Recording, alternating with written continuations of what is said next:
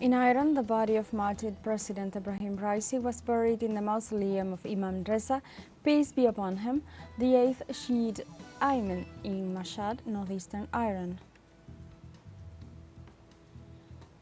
In Argentina, a national teachers' strike is underway in defense of education and in demand for better conditions and benefits for the sector.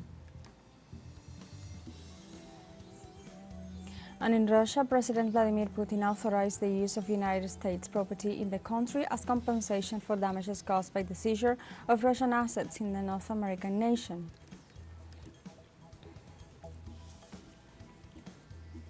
Hello and welcome to From the South. I'm Alejandra Garcia from teleSUR Studios in Havana, Cuba. We begin with the news. In Iran, the body of martyred President Ibrahim Raisi was buried in the mausoleum of Imam Reza, peace be upon him, the 8th Shiite Imam in the Mashad, northeastern Iran. From the early hours of till Thursday, Iranian citizens in Mashad took to the streets to bid farewell to their president dead, along with his chancellor Hossein Amir Abdullahian and other colleagues, in a helicopter crash on Sunday 19th in the northwestern province of East Azerbaijan. The farewell ceremony has been historic. According to the Mashad City Hall, more than 3 million people have participated in the ceremony to say the last farewell to their leader.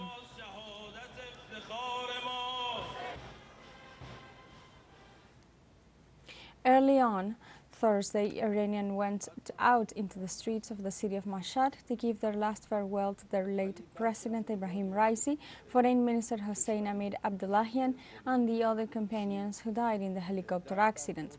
Mourners dressed in black walked into the streets of Mashad with teary eyes in front of the coffins wrapped in the Iranian flag that they were transported by truck. During the ceremony, the mourners chanted slogans and reiterated their loyalty to the Islamic Revolution and rejected at the same time the intimidations of the West, especially the United States. They also reaffirmed their support for the Palestinian cause until its liberation from the genocide regime of Israel.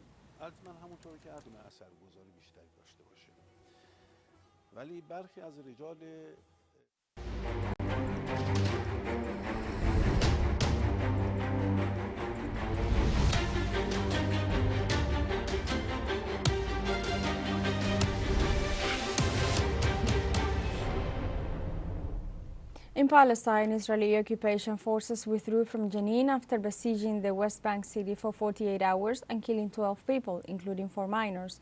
According to the director of Al-Raisi Hospital, Fawaz Hamad, a 30-year-old Palestinian died early this morning from his wounds, and among the dead are 4 teenagers between 15 and 16 years of age. The Israeli military operation ended almost 48 hours after it began on Tuesday morning, when snipers were deployed on rooftops and military jeeps and bulldozers destroyed streets and houses in the city. During the siege, soldiers shot at journalists, wounding one of them with bullet fragments. Since last October 7th, the Israeli army intensified its already frequent incursions into the occupied West Bank, having killed 518 Palestinians since the region alone.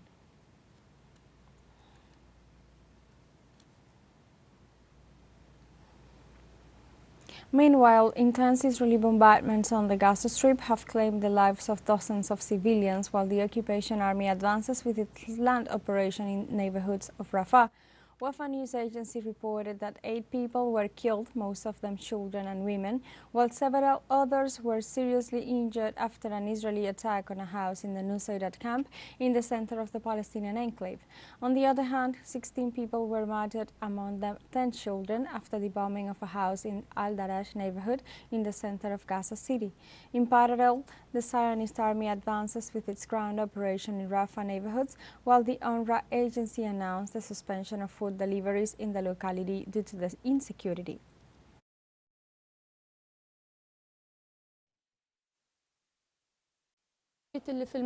Most of those in the house were peaceful women and children. However, this is what is expected of the Israeli occupier.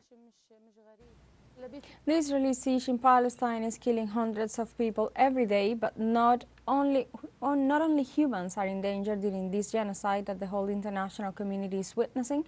Animals are also victims of the Israeli crimes against Palestine. In Khan Yunis, Fathi Ahmed Goma and his children care for animals in a stable after moving them from their zoo in Rafah following the Israeli army's incursion into Gaza's southernmost city.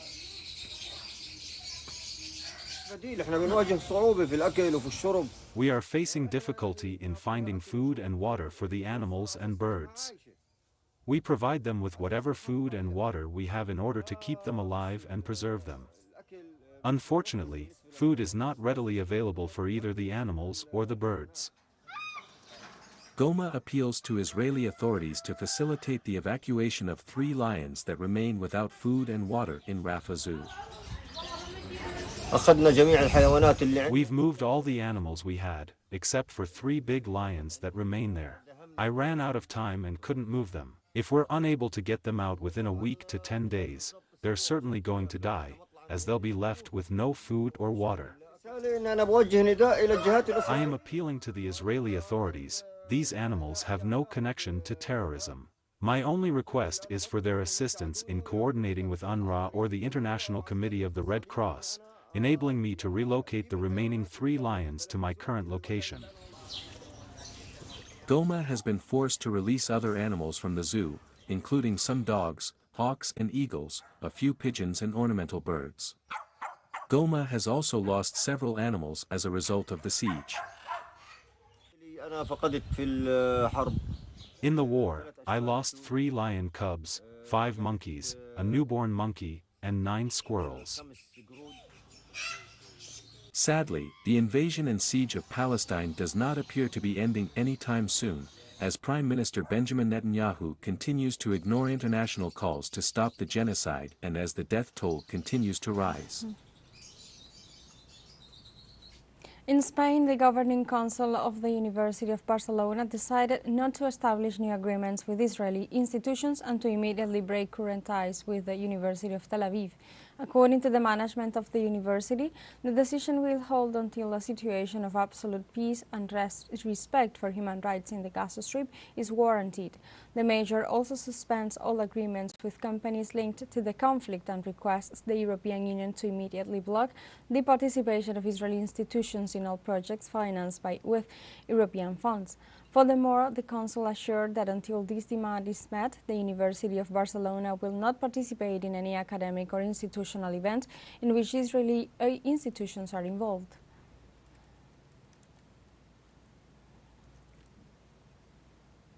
Let's take a short break, but remember you can join us on TikTok at teleSUR English, where you will find news in different formats, news updates and more. All the stories coming up, stay with us.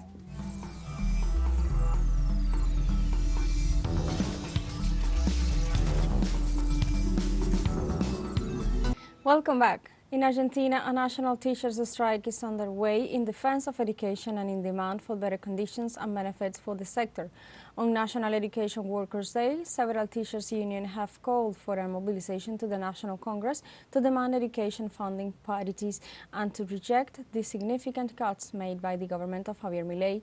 Organizers of the rally pointed out the measure seeks to request the national government to be accountable for guaranteeing public education as a social right across the country. Demonstrators for the demand a stop to layoffs and for the government to reinstate all dismissed workers in the educational sector.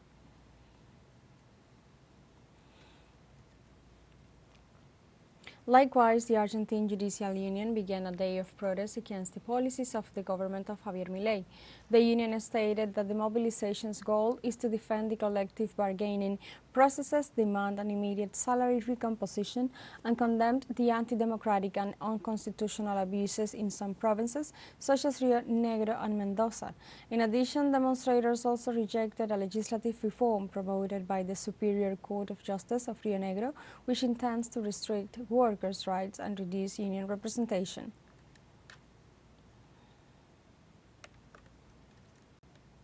On Wednesday evening in the Mexican state of Nuevo León, the stage collapsed at a campaign rally for presidential candidate Jorge Álvarez Maínez. The incident left at least 9 people dead and several injured. In the northeastern city of San Pedro Garza, a strong gust of wind blew unexpectedly, causing the lights on a huge screen to smash into the stage where mayoral candidate Lorena Canavati, miners and members of his Citizens Movement party were near the audience. Authorities revealed the collapse left at least 9 people dead, including a child, and around 50 injured so far. After the incident, President Andrés Manuel López Obrador and presidential candidate Claudia Sheinbaum and Xochitl Gálvez sent their condolences to the families of the victims.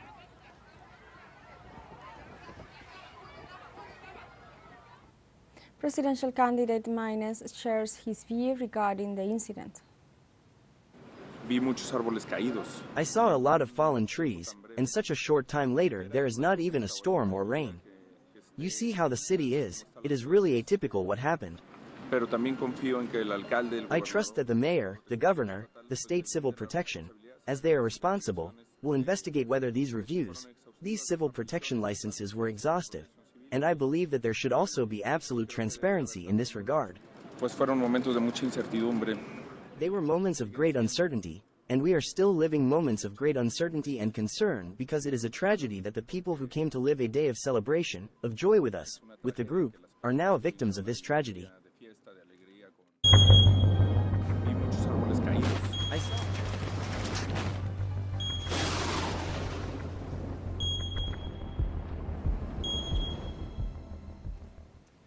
On Thursday, Honduran Permanent Contingency Commission COPECO declared this week on red alert 6 out of the 18 domestic departments due to the high level of air pollution.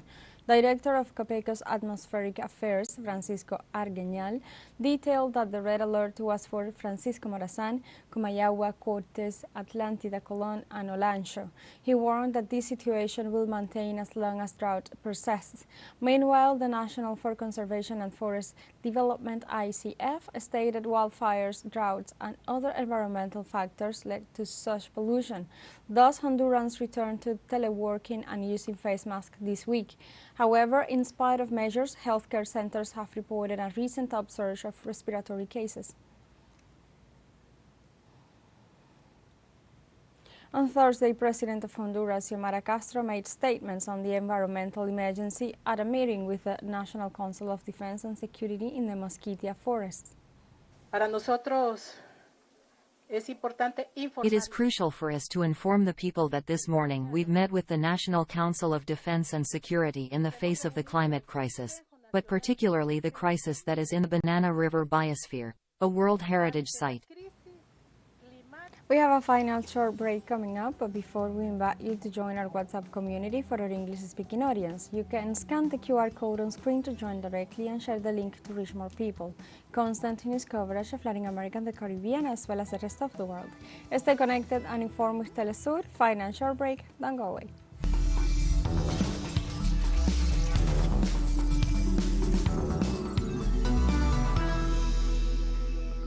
Welcome back to From the South. On Thursday, French President Emmanuel Macron met with local political and economic leaders in New Caledonia's capital, Nouméa.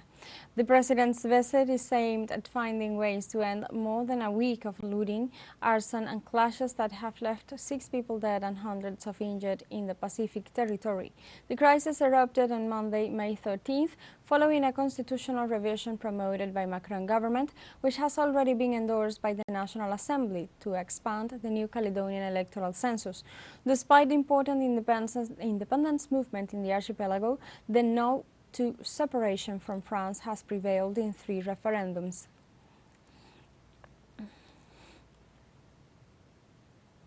In this context, President Macron, in an attempt to alleviate tensions, referred to the presence of French security forces in the region. I want to be very clear. These forces will stay as long as necessary, even during the Olympic and Paralympic Games. In Russia, President Vladimir Putin authorized the use of United States property in the country as compensation for damages caused by the seizure of Russian assets in the North American nation.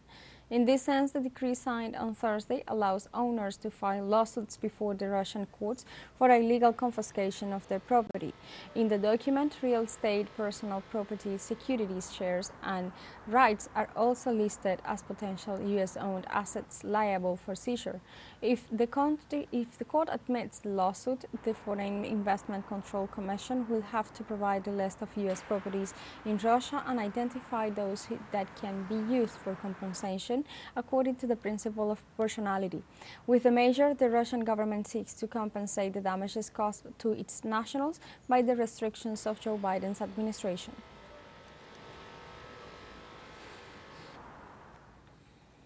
On Thursday, the King of Bahrain, Hamad bin Isa Khalifa, invited President Vladimir Putin to support the holding of a peace conference on the Middle East. At a meeting of the two leaders in Moscow as part of his official visit to Russia, the Bahraini ruler expressed the call is due to the fact that Russia is the most influential state in the international arena. The monarch also stated that among the Arab countries there is full agreement on the need to convene a peace conference to solve the Middle East problem. The invitation comes after the Arab League, at the end of its annual summit on May 16th, called for an international conference under the auspices of the United Nations dedicated to the Palestinian cause and the implementation of the 1947 two-state solution.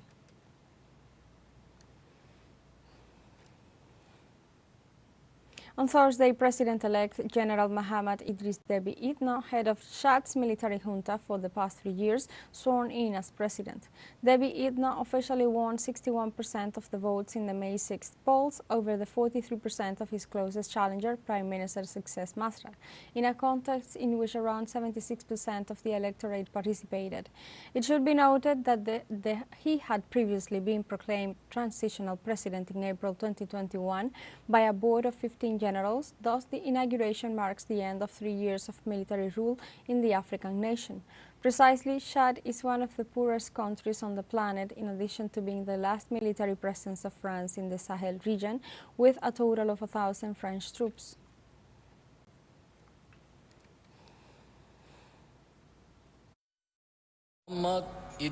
I, Mohammad Idris Deby Itno, President of the Republic, elected under the law of the country, do solemnly swear before the people of Chad and on my honor to preserve, respect and make respected and defend the Constitution and the law. On Wednesday, Vidal Kamerhe, the finance minister of the outgoing government of the Democratic Republic of Congo, was elected president of the country's National Assembly 3 days after an attack on his home during what authorities denounced as an attempt coup. Kamerhe was the only candidate during the voting session of the assembly that gave him 371 votes out of a total of 407 available. In this context, the international community denounced the destabilization attempts that took place on Sunday and refuted the attacks on the political stability of the African nation. In this regard, Kamerhe referred to the incidents as moves to destabilize the institutions of the Republic.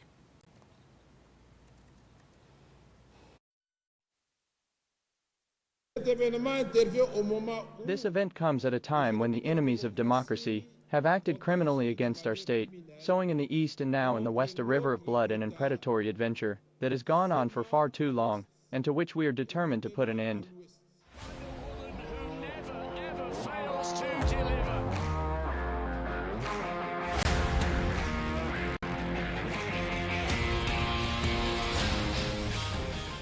We go now to the world of sports, where mountain climber Thais Herrera became on Thursday the first Dominican woman to reach the summit of the Everest. In this regard, for the ascent to the Himalayan mountain range that began on May 16th, Herrera prepared for 39 days, during which she climbed mountains and lived about 2 weeks at more than 5,200 meters. The mountaineer reached the ambitious goal together with compatriots Ivan Gomez and Karim Meya. It is worth noting that this is another achievement for the athlete, who climbed the Mera Peak in Nepal and at the beginning of March, and was congratulated in December by the Ministry of Women in the Dominican Republic for carrying the national flag to the Antarctic.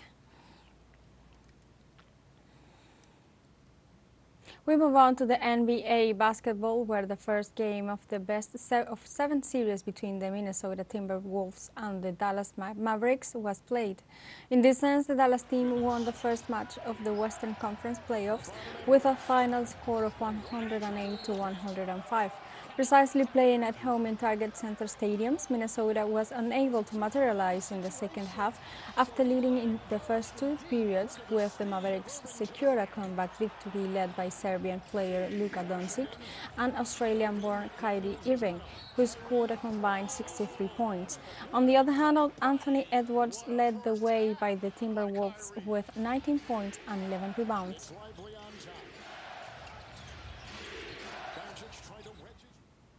Moreover, the National Basketball Association announced that Minnesota Timberwolves French player Rudy Gobert won the 2024 NBA Defensive Player of the Year award, tying a league record by winning the honor for the 4th time.